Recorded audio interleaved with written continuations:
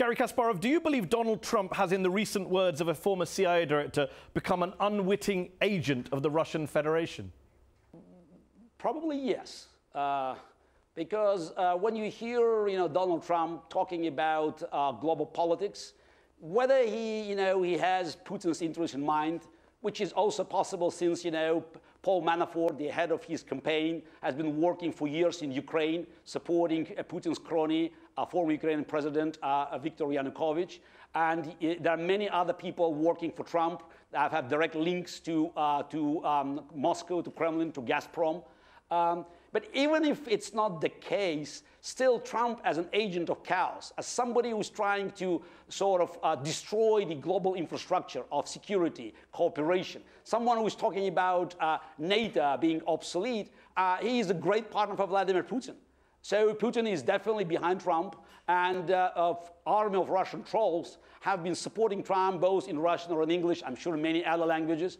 And Kremlin definitely has high hopes that Trump one day, in November, will be commander-in-chief who will dramatically change the geopolitical balance in favor of Vladimir Putin.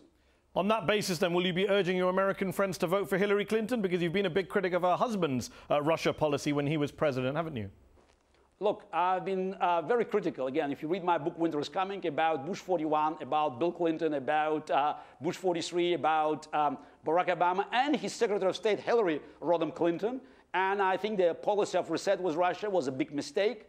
And I don't think that, she's the best qualified candidate to become the President of the United States. But she's running against Donald Trump. And when people ask me whether I'm for Hillary, I always say I'm not for Hillary, I'm for sanity. And, for God's sake, America cannot afford Donald Trump because it will be not just disastrous for the United States. It will have consequences well beyond the United States. And I think that now we need someone who could be rational in approaching very complex international problems. And Garry, do you see the irony of wanting the US government to kind of interfere in Russian domestic politics, to call Putin a dictator, to take a stance against Putin, but then getting outraged and upset when the Russian government allegedly interferes in US politics? Isn't that a brazen double standard on your part? No, absolutely not. Just taking a stand is one story. If Putin wants to take a stand, he's welcome. They can support any candidate. By the way, Russia Today has been freely transmitting its message, its poisonous and libelous message across the United States and the free world. So Putin has many ways of doing the same things as the United States government by criticizing Western policies and by supporting certain candidates. But hacking Democratic National Committee's server, by lobbying, certain interests, that could, serve Kremlin's agenda, it's quite a different story. You say a different story, but the Russians would say that you're accusing us of using Trump as an agent or asset when you, the US, backed a coup against our ally, the then elected president of Ukraine, Viktor Yanukovych, in 2014. The double standards, they would say. Look, first of all, what we saw in Ukraine in Maidan was a revolution. And if the United States government, said few words, nice words about it, it cannot be equal to the amount of support given to Yanukovych by Putin's special forces.